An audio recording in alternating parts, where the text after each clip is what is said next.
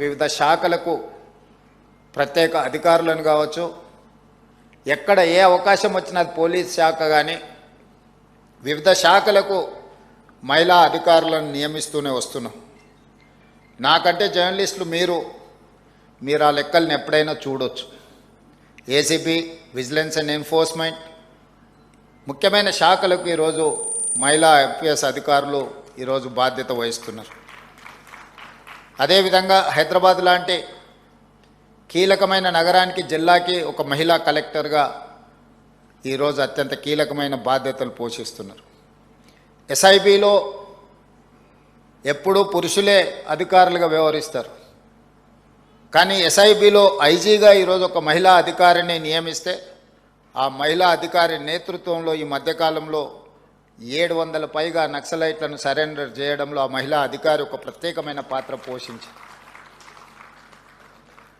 అవకాశం ఇచ్చినప్పుడే ఎవరైనా తమ సామర్థ్యాన్ని నిరూపించుకోవడానికి అవకాశం ఉంటుంది. చాలామందికి వాద పటిమ ఉండొచ్చు, చాలామందికి రాయగలిగిన శక్తి ఉండొచ్చు, చాలామందికి మాట్లాడడానికి అవగాహన కూడా ఉండొచ్చు. చట్టసభలకు వచ్చినప్పుడు, పాత్రికేయ మిత్రులుగా అవకాశం కలిగినప్పుడు, వివిధ సందర్భాలలోనే వాళ్ళకున్న శక్తి కానీ వాళ్ళకున్న సామర్థ్యం కానీ సమాజానికి తెలియడం జరుగుతుంది.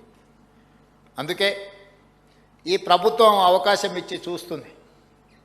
అవకాశాన్ని సద్వినియోగం చేసుకున్న వాళ్ళు ఉన్నత శిఖరాలకు ఎదగడానికి అవకాశం ఉంది.